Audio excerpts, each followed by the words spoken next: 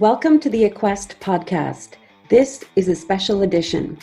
Conversations with and for the Irish authorised funds industry with your host, Daniel Lawler. This episode specifically is inspired by Funds Ireland MiniCon, a virtual conference taking place week commencing the 2nd of November 2020, and for the funds industry. CP86, the final chapter, Transforming Challenge into Best Practice. RSVP over at www.fundsirelandminicon.com. Hello podcast listeners and welcome to the Aquest Podcast with me, Danny Lawler. If you're new to the Aquest Podcast, do hit the subscribe button on your preferred podcast provider so that you are kept up to date as and when new podcasts drop from Aquest. So this is part of our Funds Ireland MiniCon series, which is taking place, the Funds Ireland MiniCon, on CP86, first week of November. If you haven't yet registered, my God, get on it, guys. It's free to do so. You check out fundsirelandminicon.com, hit the RSVP button, enter a couple of details, and you are in. Get yourself also a wonderful digital goodie bag. For this episode of the Aquest Podcast, I'm chatting with Michael Tuohy, who is in the Dublin office of Mazars, and Arnaud Barosi, who is in Luxembourg, also with Mazars. And I guess the topic for this is interesting. It's what happens when things go wrong. So a bit like people don't really want to talk about death and wills, people don't really want to talk about what happens if you have a breach or you have an issue in particularly a funds manco. What happens from the regulator's perspective and how do you manage that process so that you're trying to get out the other side with your life intact. So the guys from Mazars are joining us. They're going to run the session on the Thursday, 5th of November, about what happens when things go wrong. And for this podcast then, we're just talking about what people can expect from that session. So we talk a bit about risk mitigation programs, how they are becoming a more normal part of the supervisory process and the life experience of anybody in the regulated industry. So no need to fall apart if you get one, but you want to manage the process. If you kind of stumble there, you can find yourself being asked to produce an independent experts report, which the central bank would require firms to do, hire an independent firm to perform this assessment. So we talk a bit about that. And in the session on the 5th of November, we're also going to have Muireann Reedy from Tilnewsis. She's going to talk about the Administrative Sanctions Procedures, the kind of do's and don'ts, the things that firms who get through that process well, if that's the right word, the things that they do and how they approach it, so that you can learn from that. And if you end up in that position or see it happening, that you have an idea of how to manage the process.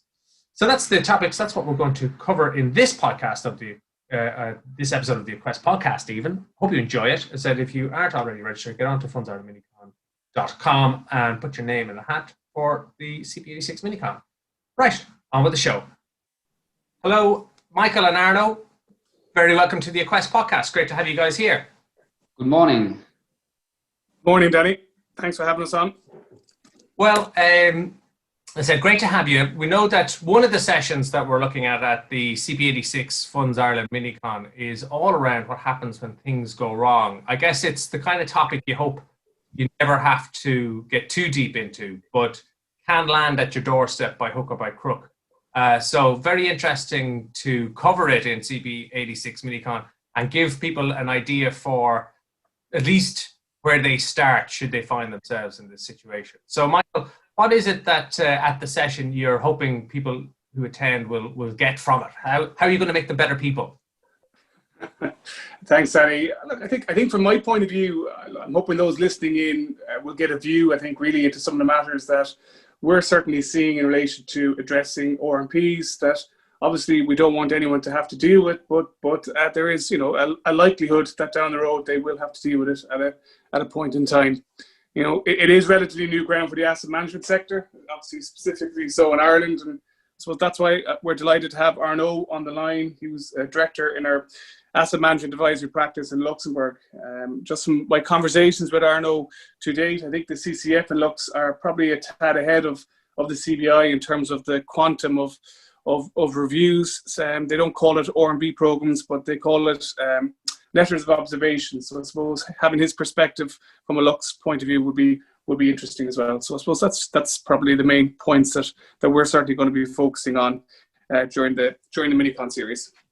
Great, and always great to get that perspective from abroad, particularly our friends in Luxembourg. We're always really interested to know what those guys are up to. So very useful to get that input. And you're right, when it comes to risk mitigation programs, I guess if you are in a firm, a ManCo, and there's a breach or an issue of some description, it's the RMP that tends to be the first port or the regulator, the first thing that you'll see. And they're more prevalent. Like, I mean, it is more normal to see a firm, a ManCo, an asset management firm, get a risk mitigation program.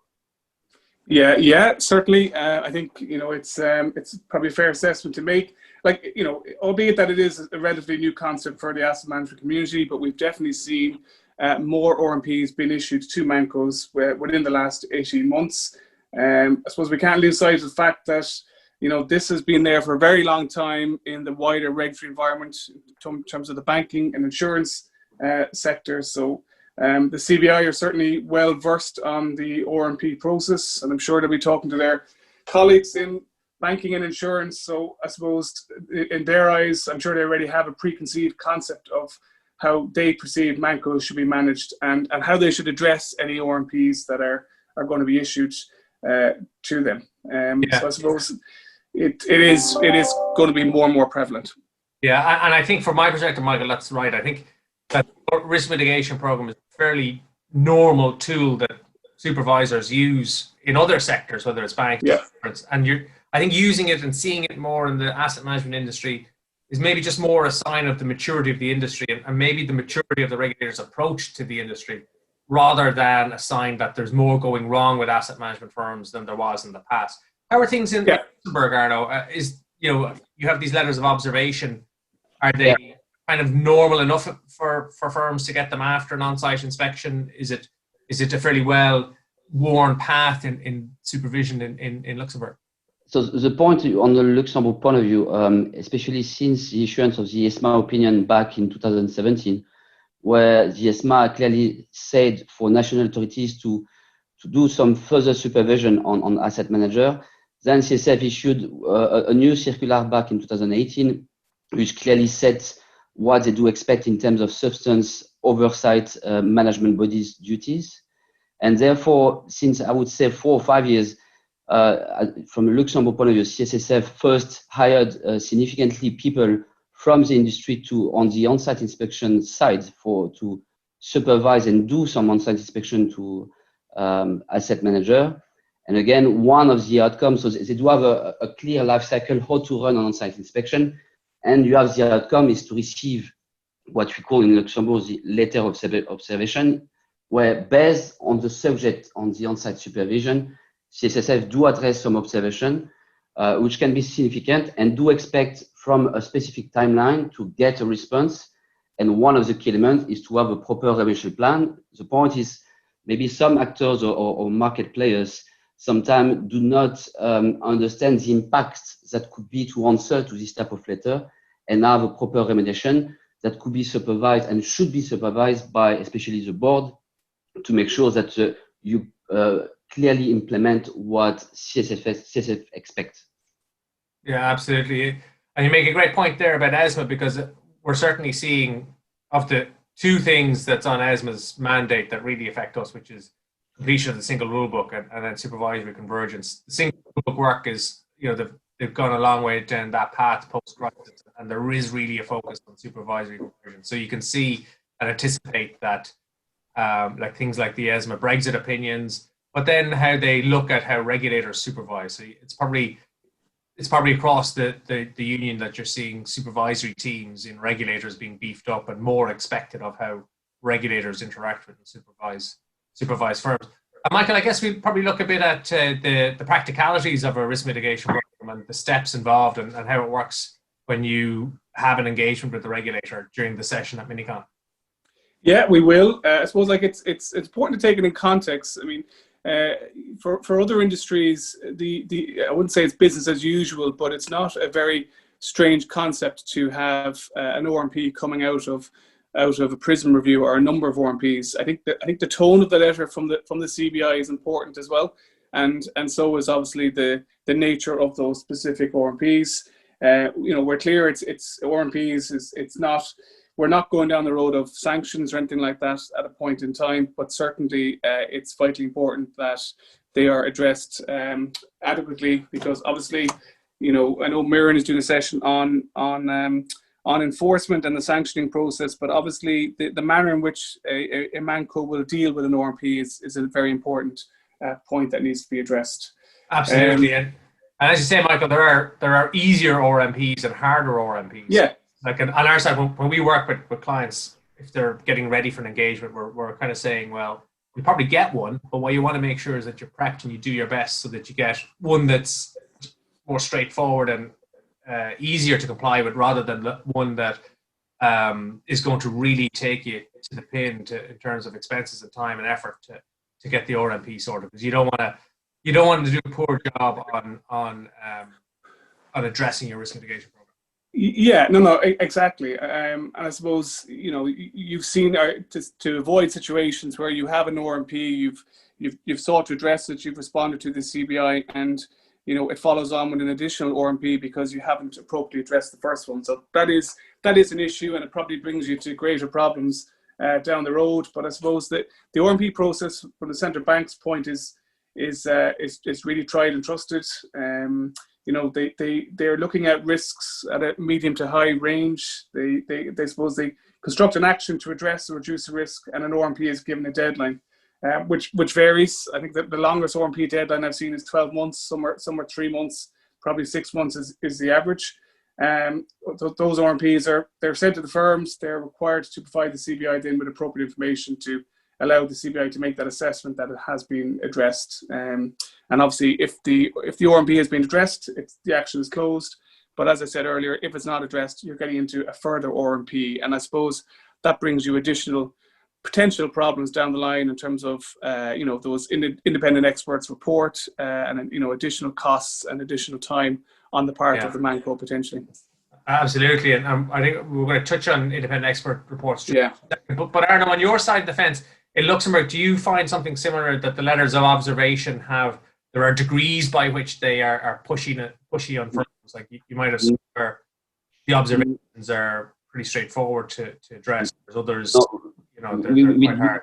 We do not see in this type of letter, let's say a risk management process in light of what CSF expect, or in light of the observations they do mention. Maybe the wordings that can be used in some letter can lead to understand that CSSF expect really a clear remediation within a short time frame, and should make understand to the investment manager who do receive the letter that within a time period they should clearly provide the relevant resources to be compliant with a specific regulation. But no, the letter do not within the letter you do not have really a set of high, medium, or low risk. But if you read the document itself and the overall outcome, you may understand that it could be significant in light of Luxembourg regulatory authorities.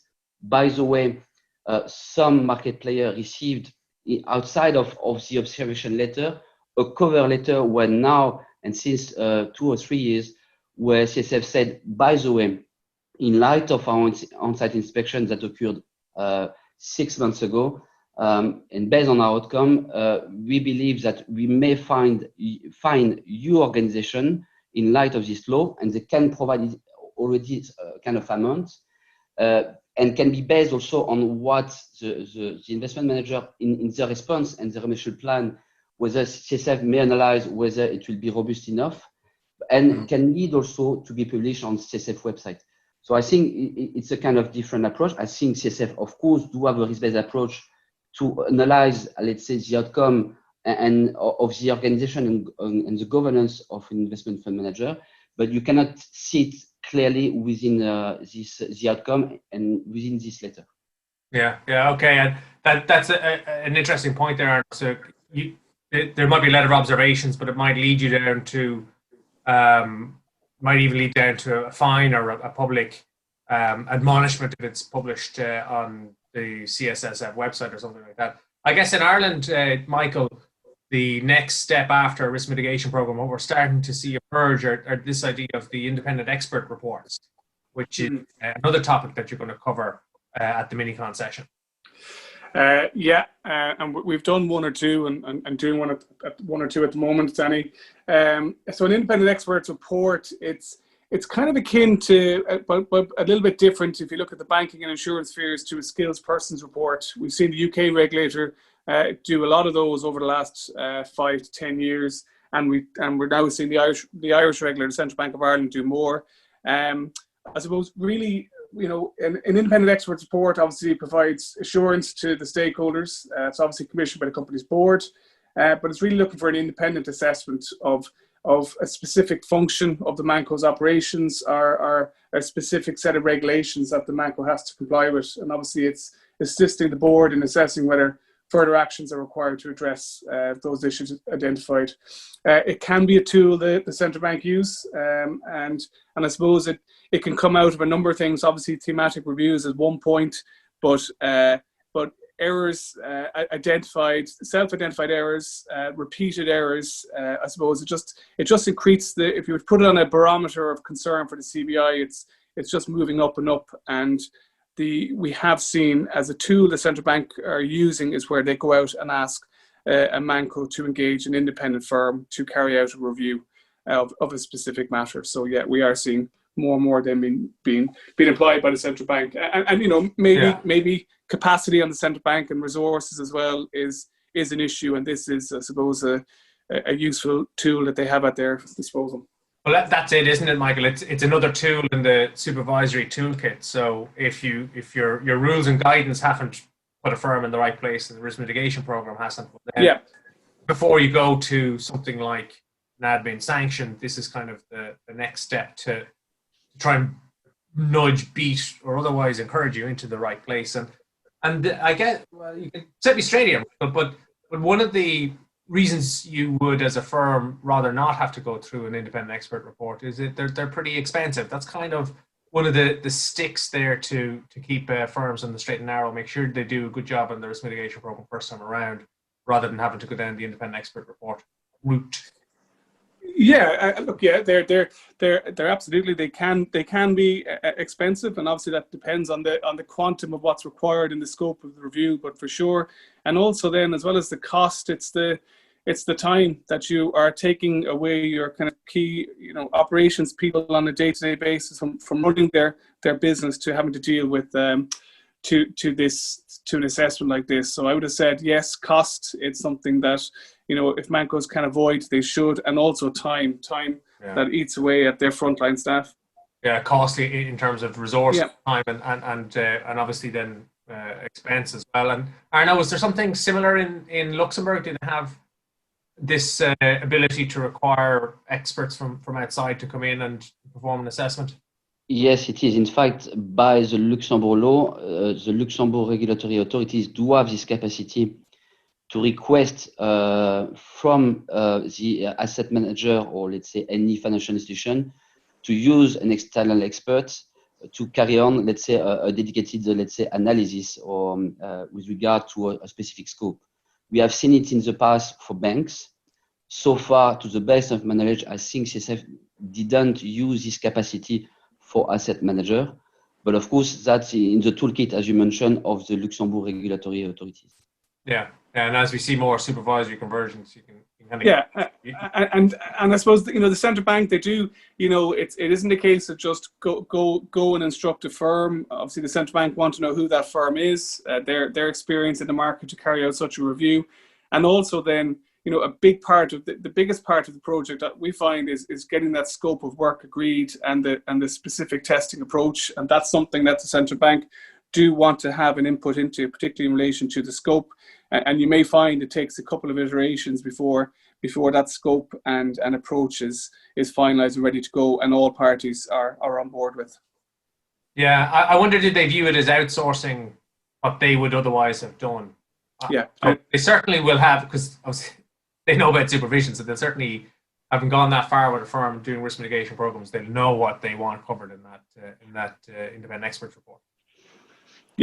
Yeah, absolutely, and I suppose it's probably a fair assessment to make. Yeah, for sure. And then, should your RMP and your independent experts report not land you in the right place, then I guess the the next protocol is the Administrative Sanctions Procedure. And we're in really in, Dylan Eustace is going to join that part of the session and talk through the sanctions process, the kind of things that will have gone wrong to end you up in there, and give some insight into her experience of guiding firms through this, both in terms of your mindset to it, how you approach it, whether you fight everything tooth and nail or whether you are a little bit more nuanced than that, how you try to manage yourself for the best outcome, the other side of it, and just how you get through an admin sanctions process in a way that gives you the best possible outcome. I guess that's what's intended to cover in that last session on your day in MiniCon. I think that's right, Michael. Yeah, that's right. Obviously, we're delighted to have Miran on board, and she's far better placed than us to talk about enforcement. Obviously, we are doing quite a bit of work in that RMP space, and you're right. It isn't a sanction, Danny, but certainly not dealing with it right is an aggregating factor in any enforcement process. And I know the CBI issued a guidance paper on that, on enforcement process last year, and that's one of the key messages they conveyed in that as well. So we're really looking forward to listening and hearing to what Miran has to say in that regard. Yeah, absolutely. No, she really knows her stuff, and you're right. Yeah. Guidance note. The thing that I took from it was how much is expected of you just to meet the standard, let alone to get, in the good books where you get a reduction on the sanction or paring back on the sanction. Just to meet the regulator's expectations, you really have to be open and forthcoming and in the information that you give and what have you. I guess in Luxembourg, Arnaud, you probably see something similar in terms of some sort of a sanctions procedure where it's not that it's voluntary, but it's not a full court process either. Yes, it is. Yeah, it is. But just to come back to in terms of how we should advise asset manager, of course, advise them on how to get prepared about receiving this type of letter or risk mitigating program, and be sure that you have the relevant resources to provide a proper response to the regulatory authorities. What I've done, and I had a chance to work with different asset managers in Luxembourg, is to get prepared to on-site inspection.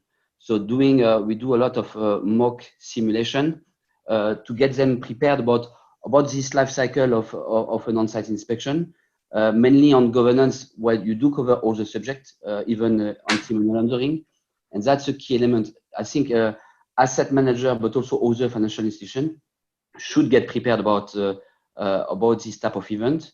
In the full life cycle, because you have really some step to fulfill, and that's a key element. Yeah, absolutely. And like what we see on our side, we do work with firms getting ready for them, and we give them a pretty hard time. And if they're doing an interview, we really go to town and try and make the experience as tough on them as possible, so that they know what to expect and they perform well, and then that hopefully lands you with an easier risk mitigation program rather than harder. So I think we're put up there. Don't want to ruin all the surprises for the on the 5th of November is the session about it. It's broadly titled "What Happens When Things Go Wrong." Said it's looking at these issues that, from a supervisory perspective, firms hit now and again with the regulator, risk mitigation programs, independent expert reports, and admin sanctions procedures. It's on Thursday, the 5th of November, 2 p.m. Irish time, 9 a.m. Eastern. You're not already registered to attend the CP86 Funds Ireland MiniCon. Get on it, guys. Check out fundsirelandminicon.com or SVP button, fill out the form, and you are in. It's free to join the conference. And not only is it free to join the conference, but you get a wonderful free digital goodie bag as well, with a couple of €1,000 worth of gifts and goodies in there for you to enjoy, in addition to all the wonderful content we'll be having at Funds Ireland MiniCon first week of November. So listen, we catch you then at Funds Ireland MiniCon. In the meantime, thanks very much for listening to the Aquest Podcast. You've been listening to the Aquest Podcast, a special edition. Conversations inspired by Funds Ireland MiniCon. RSVP at www.fundsirelandminicon.com. For more information about Aquest or Daniel Lawler, visit www.aquest.ie.